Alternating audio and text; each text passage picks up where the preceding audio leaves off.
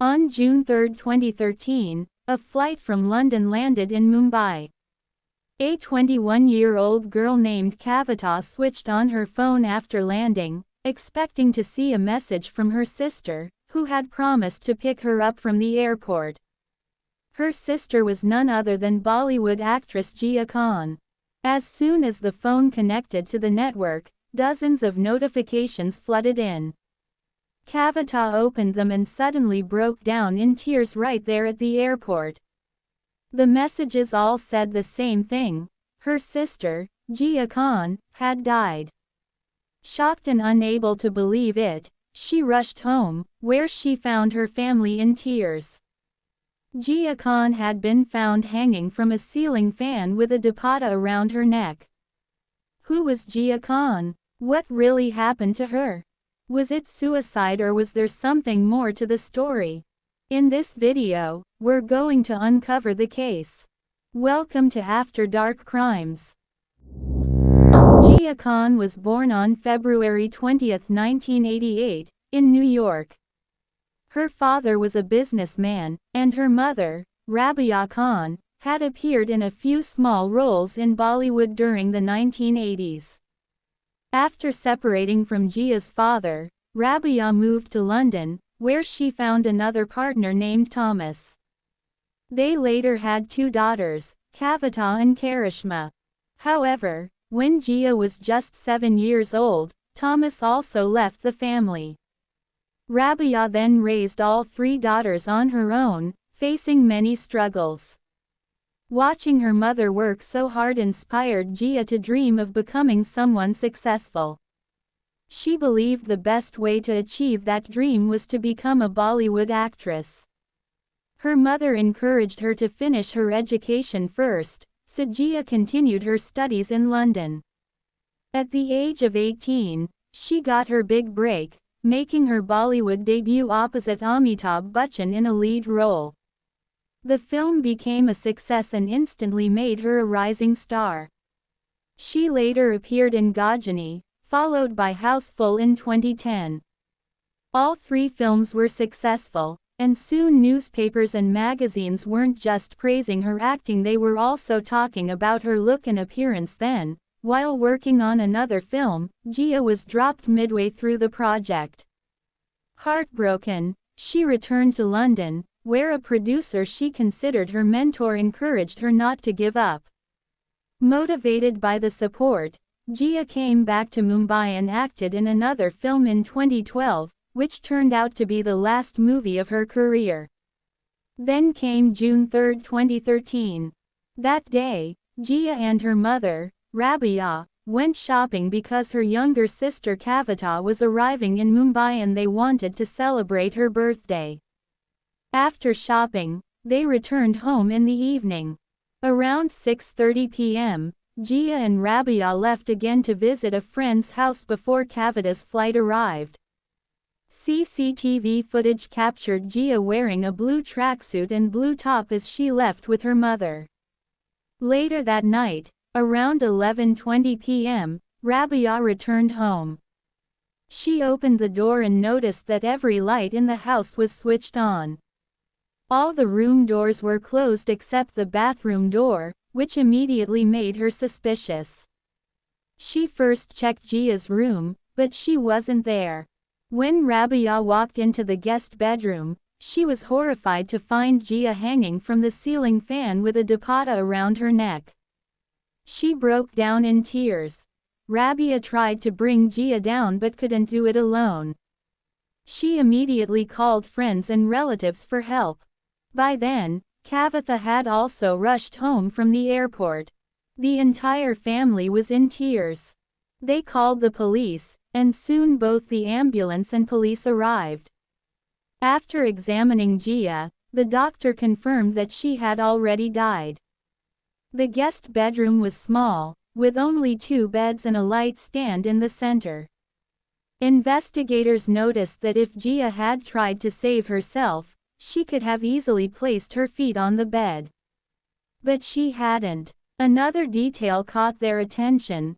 There were injuries on Jiah's neck and chin, even though the dupatta used for hanging was made of soft fabric. This raised several questions as the investigation began. When Jiah left the house earlier that evening, she was wearing a blue top and blue track pants.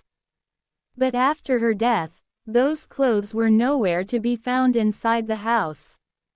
The guest bedroom also had a large window that was big enough for someone to enter or leave. Since there were no CCTV cameras behind the house, Jiah's family began to wonder if someone had come through that window. They also noticed a few drops of blood on the bed. However, according to the family's claims, the police did not examine those bloodstains or collect fingerprints from them.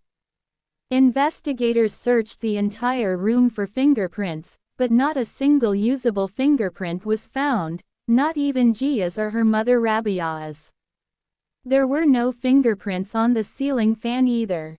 To the family, this suggested that someone might have cleaned the scene before leaving. As the investigation continued, the police then examined Jiah's mobile phone. Police examined Jiah's phone and found repeated calls and messages from the same number on June 3. At around 10:48 p.m., she received a call, followed by nearly 10 angry text messages. According to the investigation, the messages included statements such as, "You've made my life a prison, I've never met anyone like you," and, "Call me now. It's urgent." The number reportedly belonged to the son of a well-known and influential Bollywood family.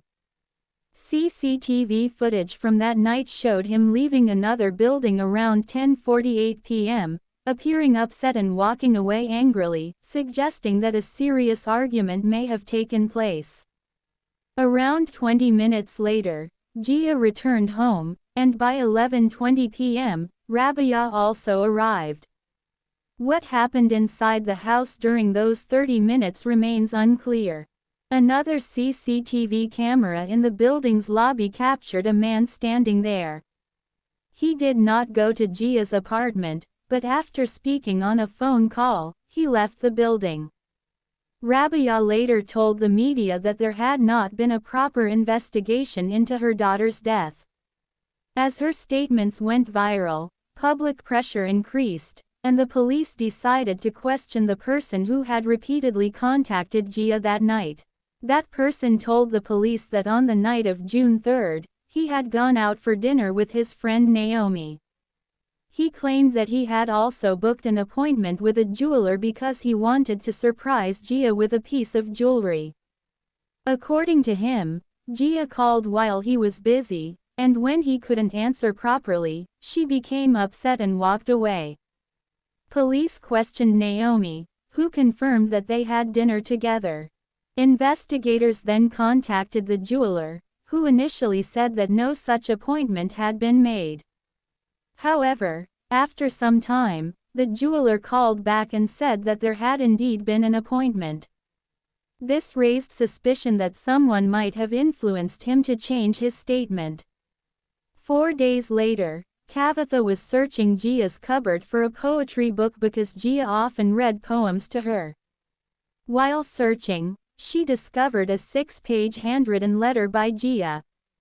In the letter, Jiah wrote that she had been in a relationship with a man who had physically abused her, even beating her until she bled. She said she trusted him, but he spoke to many other women and humiliated her in front of them. She wrote that although she loved him, he only used her.